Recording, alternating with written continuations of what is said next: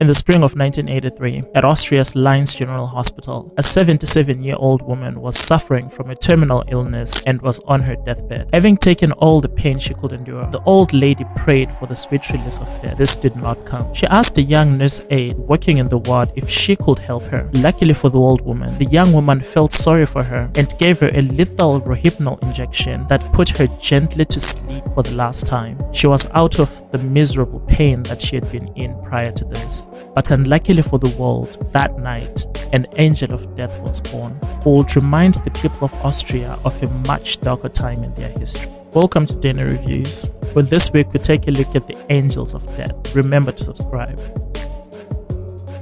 Built in 1839, Lainz General Hospital is the fourth largest medical facility in Vienna, Austria, with 2,000 persons on staff. Pavilion 5 was constantly over capacity, filled with patients who had multiple strokes, psychotic dementia, and chronic non-healing wounds. It was filled with screams and whimpers, and a constant stink of human waste and rotting flesh choked the atmosphere. Pavilion 5 was not allowed to turn away patients under Austrian law. It was often a dumping ground for families who were simply too tired to look after their sick relatives. For the doctors, nurses, and other staff working there, it was the worst form of physical and mental strain. This dark and desperate setting was the perfect haunting ground for a young woman and her crack team of killers who would soon strike fear into Lainz patients for years and years to come. This woman was called Waltraud Wagner, who, after helping that old infirm lady get her dying wish, found that she really enjoyed playing God. Waltraud Wagner was born in Hagenberg, a small village in Lower Austria. She grew up on a small farm with her 5 siblings and looked after the house while her mother worked in the field. At age 6, Wagner had to repeat her first year at primary school because her extreme short-sightedness made it really difficult to learn. This will be a harbinger of the difficulties she would experience at school. Her nursing career was born when she was aged 12 and had to look after her grandmother, who was disabled and unable to walk due to having chronic leg wounds. After barely scraping together enough passes at high school, Wagner went on to study nursing. She unfortunately failed her anatomy class and had to drop out. Despite this setback, she found a place working at Lainz as a nursing assistant in 1975. She wasn't quite a nurse, but she got to work with patients and exercise her lifelong passion. As she would later see, however, the shifts were brutal. She was usually put on the graveyard shift from 6:45 p.m. to 7 a.m. the next morning, and she would often start an hour early and finish an hour late. This was a routine for a very long time at the hospital, with almost no upward progress in her career. Doctors and nurses were often exhausted during the graveyard shift. They would put more work in the nurses' aides' hands and were slow to react to emergencies, and crucially, did not bat an eyelid when any patient died.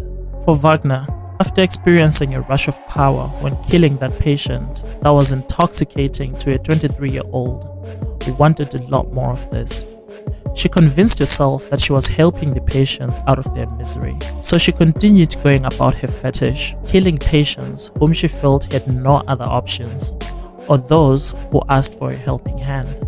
Over time, Wagner managed to recruit 3 accomplices, all working the night shift at Pavilion 5. Each of these 3 had their own unique characteristics that made them naturally drift towards Wagner. First was 19-year-old Maria Gruber, who was also a nursing school dropout and an unwed mother. Then there was Irene Leidolf, 2 years older than Gruber, who had an abusive husband at home and so preferred hanging out with the girls. And finally, there was Stefania Meyer, a divorced grandmother, 20 years Wagner's senior, who had emigrated from Yugoslavia and wound up at Lainz, soon joining ranks with her murderous cronies. Wagner convinced them that euthanasia was a good thing, and it came with the positive effect of reducing their workloads and eliminating the most difficult patients. Their modus operandi was quick and painless. They used fatal doses of rohypnol, a sedative that would later on be used as a date rape drug. They also used morphine, which was a powerful painkiller and put patients to sleep almost instantly and painlessly. And they also used insulin, which by inducing low blood sugar in the patients also put them to sleep and eventually killed them. These were drugs that were often used in the wards and obviously caused very little suspicion. Over time, the angels wanted more. They expanded their reach to patients who were not just sick and infirm and were dying, but also patients who annoyed them, either by soiling their beds, refusing to take medication, or buzzing the nurse's station for help at times that the angels regarded as inconvenient. Not only did their patient selection criteria expand, but so did their methods. While they started out with Rohypnol, they quickly discovered that this was a rather boring method for them. Why not come up with something more exciting? Thus was born a method of dispatching their victim that was more exciting for them, but was one of the most painful and terrifying ways for any patient to die. Water torture is a slow and ancient way of making people suffer. It has been practiced and perfected over the years into an agonizing instrument of terror. The angels carried it out by having one of the women hold a patient's head and pinch their nose, while the other one poured water down their throat.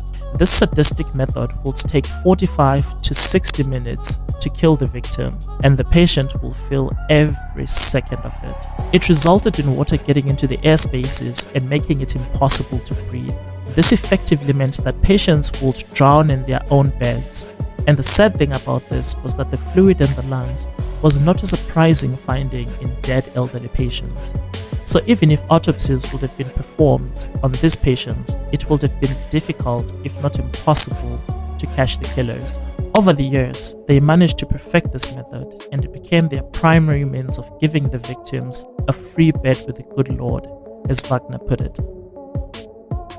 It's hard to believe that this murder spree went on for 6 years, but a few reasons exist for this. First, death was expected in Pavilion 5, and the victims were always amongst the most vulnerable and sick. The killers were relatively knowledgeable and skilled in these medical procedures. This helped them evade detection. And of course, there is the ugly reality that hospitals worry about liability, their reputation, and other factors should a serial killer comes to light in their midst.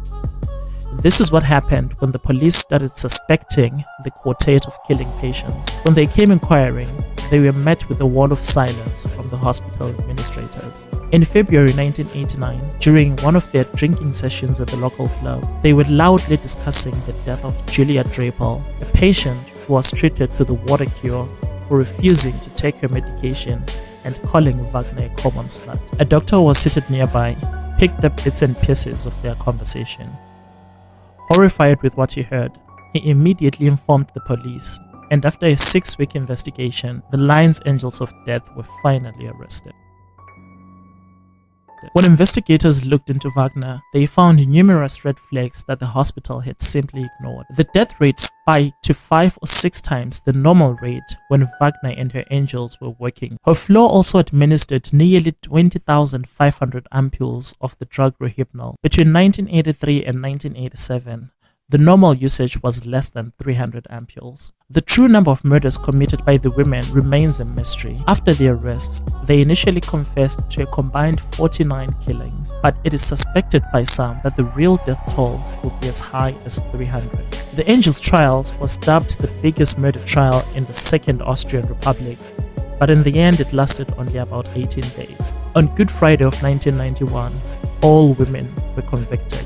Waltraud Wagner was convicted of 15 murders, 17 attempted murders, and 2 counts of aggravated assault, drawing a sentence of life imprisonment. Irene Lydolf also got life on conviction of 5 murders and 2 bundled attempts. Stefania Meyer earned 15 years for a manslaughter conviction and 7 counts of attempted murder, while Maria Gruber received an identical term for her 2 murder attempts. A lot of studies have gone into understanding the behavior of healthcare serial killers. A study by Dr. Peter Hirschbach of Munich University Institute for Psychosomatic Medicine lists those groups that may suffer psychological strain, particularly nurses who either work in large hospitals, are young and inexperienced, and have little time off. These nurses often become violent and try to assert their authority over their patients. Looking back, the nurse aides were women who were at the lowest rung of the totem pole in the hospital, and had very little prospect of gaining any sort of authority. For them, killing the patients was not an act of mercy. It was a depraved power trip. In one final cruel twist, Wagner and Lydorf were released in 2008 for good behavior. Meyer and Gruber had been released earlier, having served out their sentences. The angels were reportedly given new names and identities to protect them from vigilantes. They were incorporated back into society, meaning that some people out there are probably still rubbing shoulders with the Lainz angels of death. That's it for today. Thanks for tuning in. Remember to like, share and subscribe, and always keep on learning. I'll see you next week.